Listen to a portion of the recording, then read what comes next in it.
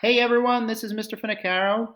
I just wanted to post our Holocaust review video. This week we are going to focus on an event in history called the Holocaust. So this week we are dedicating the entire week to that.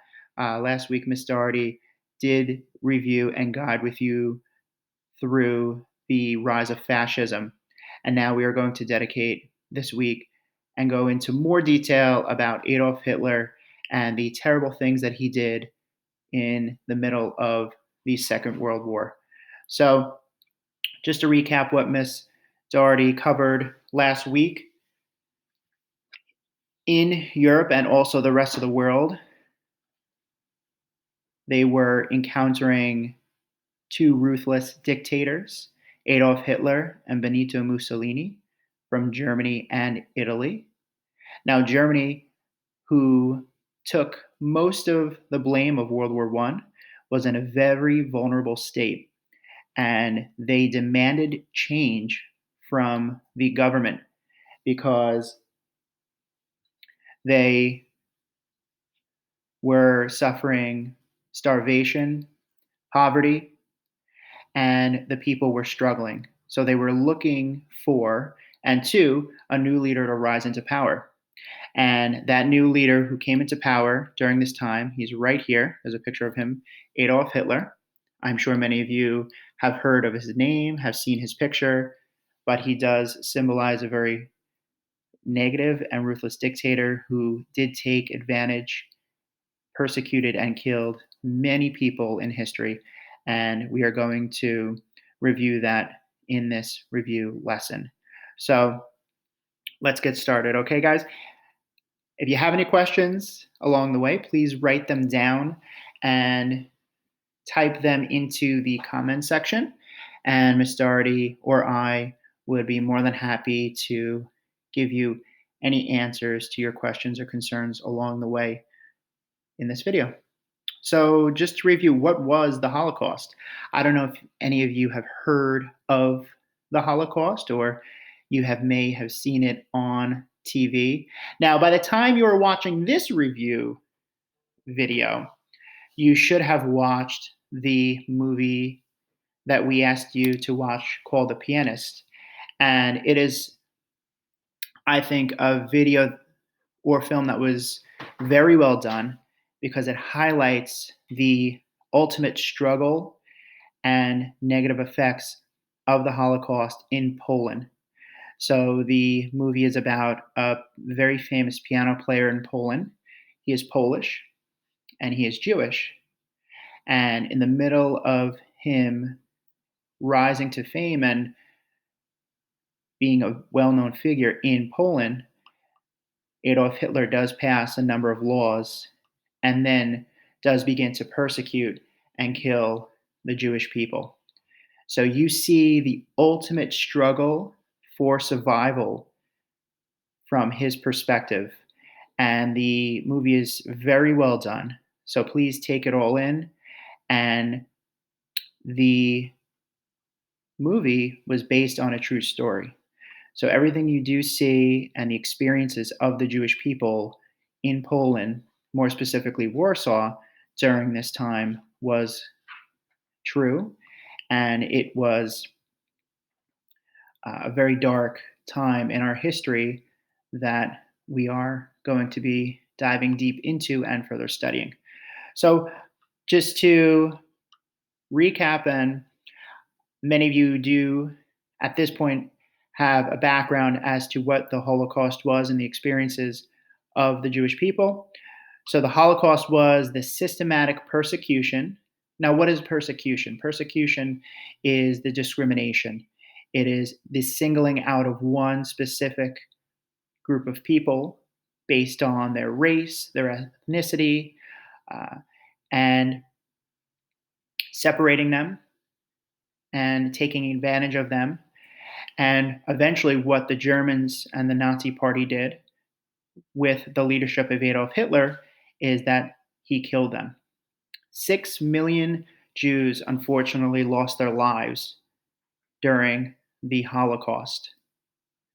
And and the Holocaust took place, it was about 8 years under the German Nazi rule.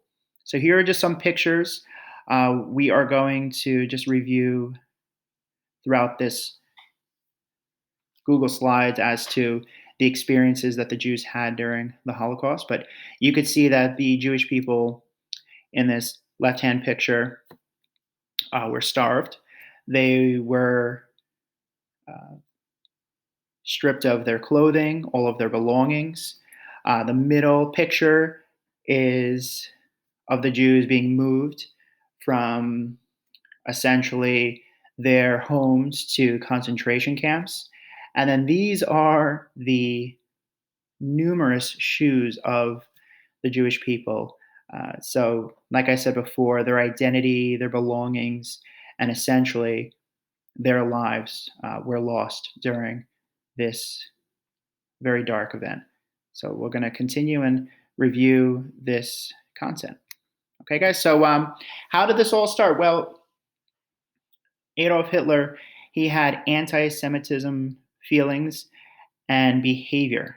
And what it is anti-Semitism is a behavior against the Jewish people. So, like I said before, it is a form of prejudice and discrimination. Okay? Adolf Hitler was the leader of all of this. He blamed the Jewish people for the outcome of World War I. Now, if you recall, World War I, Germany was blamed for everything.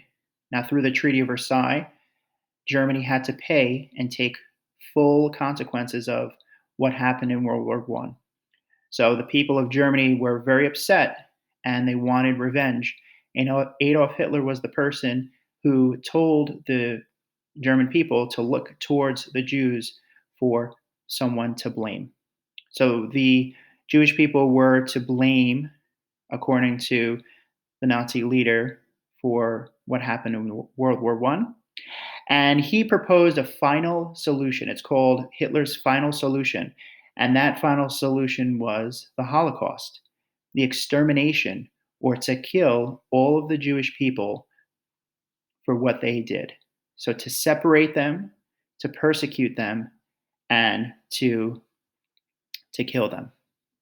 So here I also included some posters that were posted during this time. Of course, the writing is in German, but you could see how the Jewish people were depicted. They were depicted as somewhat of monsters, ugly looking people who were responsible for the German failures. So you could see down here that the blame was pointed to the Jewish people and that the German people needed to do something about this. So the first step of Adolf Hitler's plan was the Nuremberg Laws. Now, these laws were a set of laws that discriminated and, in effect, separated the Jewish people from society. Okay, so in the top right-hand corner, I have a picture. So under these laws, the Jewish people had to wear a star in their clothing. The star symbolized the Star of David, so it was a part of their religion. Now down here, I do have a number of images that symbolize the Nuremberg Laws. The Nuremberg Laws are outlined here. So it was more or less similar to a social class. So you could see here the German ancestry is here. Now, if you are of German ancestry, you are okay. You are German, that you have no Jewish blood in you. So you were able to go about your business. You were not seen or discriminated against.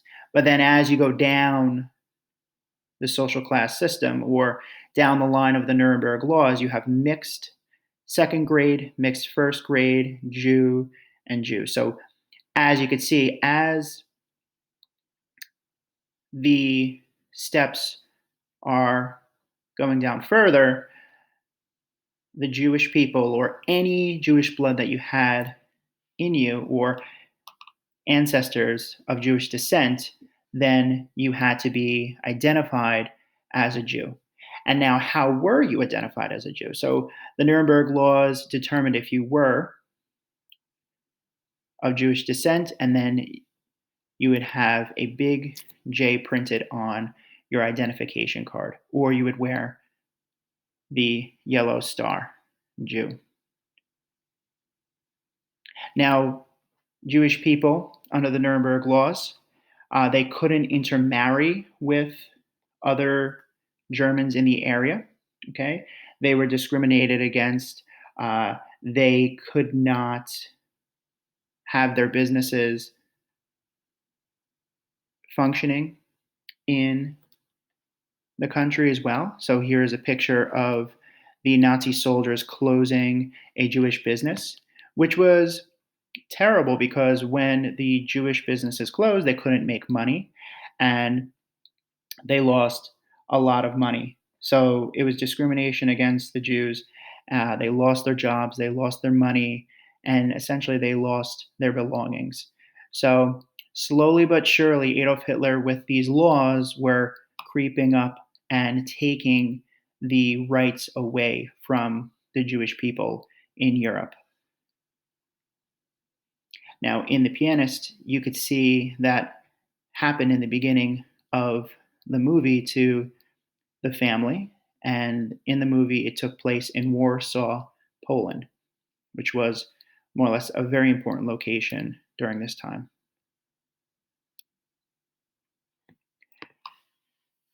Here we have the Jewish ghettos. So the next step to Adolf Hitler's plan was, since they took away the businesses and the jobs and the money from the Jewish people, then they started to relocate the Jewish people to these ghettos. Now, these ghettos were located right in the city, but they were walled off locations that the Jewish people had to relocate to, and they could not mingle or communicate with people outside the ghetto. These ghettos were specifically designed for them. And you could see here that they were very crowded. Okay, food was scarce. People were going through some terrible conditions. And then down here, I have a picture. And outside of the ghetto, all of the Jewish buildings, homes, belongings, everything that the Jewish people owned, their private property was burned or destroyed, taken of any property that was of value, and they were relocated to these ghettos. Now, this here is a map of the Warsaw Ghetto. So, in the movie, this was the ghetto that the piano player and his family were relocated to. It was estimated that 500,000 people were relocated to this ghetto. So, you could see that the ghetto here, even though it does look fairly large in this map, but this is just a small part of Warsaw, which is a major city in Poland, a city like any major city here in the United States. Okay, so that part of the city had 500,000 Jewish people in the ghettos, and like I said before, the conditions were terrible. The feelings of the Jewish people were they were utterly scared, they were frightened, very confused as to why this was happening and what they did to deserve this. Now, from the ghettos, the final destination for the Jewish people were the concentration camps. So the Jewish people did stay in the ghettos for a couple of years, and then finally, in the meantime, the Jewish concentration camps were being constructed. Now, here, the Jews were then transported from the ghettos in the major cities to the concentration camps. Now, in the video, you did see that the piano player's family did hop aboard a very large train. And in that train were all Jews being then shipped or transported to concentration camps. Now, in the middle and in the mix of all of this, families were being separated, children were lost, there was utter confusion and mayhem. So it was very common that Jewish families were separated, and they were very fearful for their families and for their lives. So the Jewish people were shipped from the ghettos to concentration camps. Upon arrival of the concentration camps, I do have the photos somewhat in order here. They were then identified by a number. So they were stripped of their identity, they were stripped of their clothes. Women and men and children had to shave their heads. So you are wiped away of your identity, your belongings, who you are. So mentally and emotionally, it took a huge toll on the people because they weren't seen as a given name. Now they were seen as a given number. So, like I said before, the Holocaust was a systematic way of killing a large number of people. Okay, here is a picture of a woman who was dressed in the concentration camp clothing as well as a shaved head. You can imagine that the food in these concentration camps were terrible. They got basic broth, and they were only fed once or twice a day. Okay, up here in the center, then the Jewish people were put to work throughout the day. Okay, so the German soldiers put the Jews to work to maintain the camp as well as to construct other areas. The camps did grow as the Jewish people did flood into the camps. And then, unfortunately and eventually, when the time came, the Jewish people were killed. And this is a picture of a gas chamber. So, the gas chamber was the most common way that the Jewish people were killed. So, there would be many Jews would fill this gas chamber, and then a deadly and lethal gas would be emitted or expelled into the room. And then it would suffocate the Jewish people, and the Jewish people then would die or perish. So there were a number of ways that the Jewish people were killed during the Holocaust. One picture was the gas chambers that I have here. Many were shot, many were burned to death or alive. Some of the ways that the Jewish people were killed during the Holocaust were inhumane and quite disgusting. So, as you could see, that the Holocaust again was an extremely negative part of history that we do have to cover, but it also is a very important part of history to know and to learn from, so that this doesn't happen again. So, what happened? Well, I'm actually going to go to this slide first. So, what did happen? Well, the Holocaust was happening during World War II. Now, World War II did end, okay? The Allies here, France, United States, and Great Britain, with the help of Russia, okay, in the blue, they were fighting Germany and Italy here. So those countries did win World War II, and Hitler and the Nazi regime eventually fell. So I show this map here because you could see that the blue allies, okay, Great Britain, the United States, France, as well as the Soviet Union, they were squeezing Germany out of power. And eventually, the Germans fell and they lost World War II. Hitler did fall. So, how was Hitler killed? As you can see here, Hitler dead. Here's a newspaper. Hitler actually committed suicide. He locked himself in his bunker. This is actually a picture of the actual bunker where Hitler committed suicide. He poisoned himself at first, and then he shot himself. So there were two ways that he committed suicide. I think it's unknown as to what took effect first, the poison or the shot. But he did poison himself and shoot himself, and the Nazi empire and regime did fall.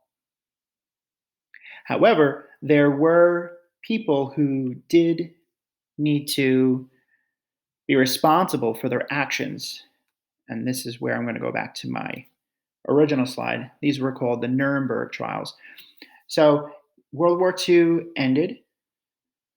Okay, Great Britain, the United States, France,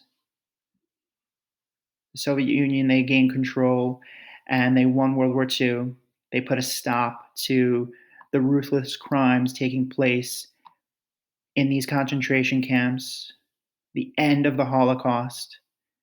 But now we need to think and take actions as to who was responsible for the Holocaust. Yes, it was Adolf Hitler, but these were his close military advisors and officials.